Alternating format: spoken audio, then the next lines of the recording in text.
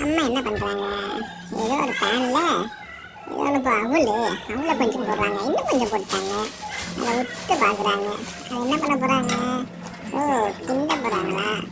அம்மாட்ட இது என்ன மாதிரி இருக்க அவளா இருக்கு அப்படின்னு கேட்டேன். அதுக்கு அவங்க சொன்னாங்க, அதான் அவங்க வெயிட் கெயின் பண்ணும், உங்களுக்கு ஹெல்த்தின்னு சொன்னாங்க. ஏதோ பொறிமையில் வந்துடுச்சு அப்படி கேட்டதுக்கு அது வரைக்கும் அவங்க ஃப்ரை பண்ணிட்டே இருக்குன்னு சொன்னாங்க. தென் பொட்டக்கலை எடுத்துக்கிட்டாங்க. பொட்டுக்கலை பார்த்தீங்கன்னா அதே மாதிரி ப்ரௌன் கலர் வர வரைக்கும் அதையும் ஃப்ரை பண்ணிட்டே இருக்குன்னு சொன்னாங்க. ஸோ இது எதுக்குமா அப்படின்னா, இது உங்களுக்கு ஊட்டச்சத்து அப்படின்னு சொன்னாங்க. சரி, ஓகே. ஆமாம், ப்ரௌன் கலர் வந்துடுச்சுமா, இறக்குதுமா அது சொன்னோன்னே இறக்கி அதை மிக்சரில் போட்டாங்க.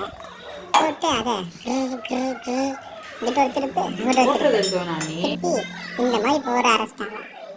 அரைச்சி இந்த பவுடர் என்ன பண்ண போறீங்கன்னா, அதை சளின்னு சளிச்சாங்க. சளிச்சு அதை குட்டி குட்டியாக இருக்கிறதெல்லாம் ரிமூவ் பண்ணிட்டு பவுடருமா இருக்கிறத எடுத்து வச்சுக்கிட்டாங்க. அப்புறம் ஒரு பேனில் தண்ணி ஊற்றிட்டாங்க. ஊற்றி அதை கொதிக்கிற வரைக்கும் வெயிட் பண்ணாங்க. கொதிச்சோடனே இந்த பவுடரை கொஞ்சம் கொஞ்சமாக ஆட் பண்ணாங்க.